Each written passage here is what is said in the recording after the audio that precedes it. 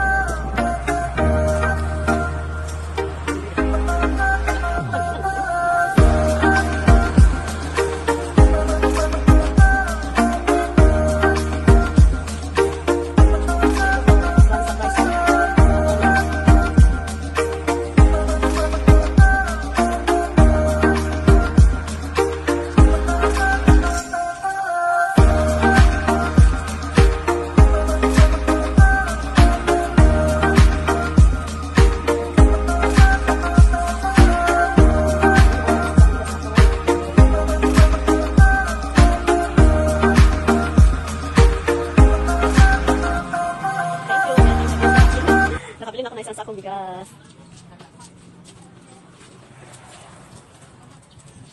Daming bigas, oh.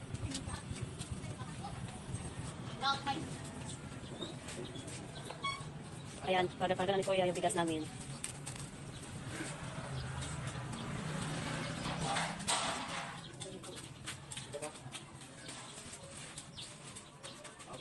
Thank you, Kuya. Ayan, guys. Uuwi na kami ng bahay kasi tapos kami nakabili ng bigas. Ayan po, nakarating na po kami ng bahay. At ito na po yung bigas na binili namin. Ayan, 25 kilos po yan. Ito. Hello po, ako nga pala si Willa Moquerio from Tagum City.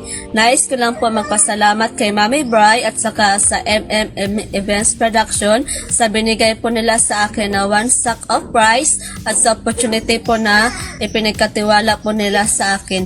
Ang nais ko lang po sabihin sa MMM Events Production na sana po wag po kayo magsawa na tumulong at magbigay po ng opportunities sa mga tao. At sa mga hindi pa po na naka-follow sa MM Events Production, follow nyo na po siya at ako po ay isa po ako na nagsasabi na napaka-legit po ang MM Events Production. Yes po, 1000% na napaka-legit po.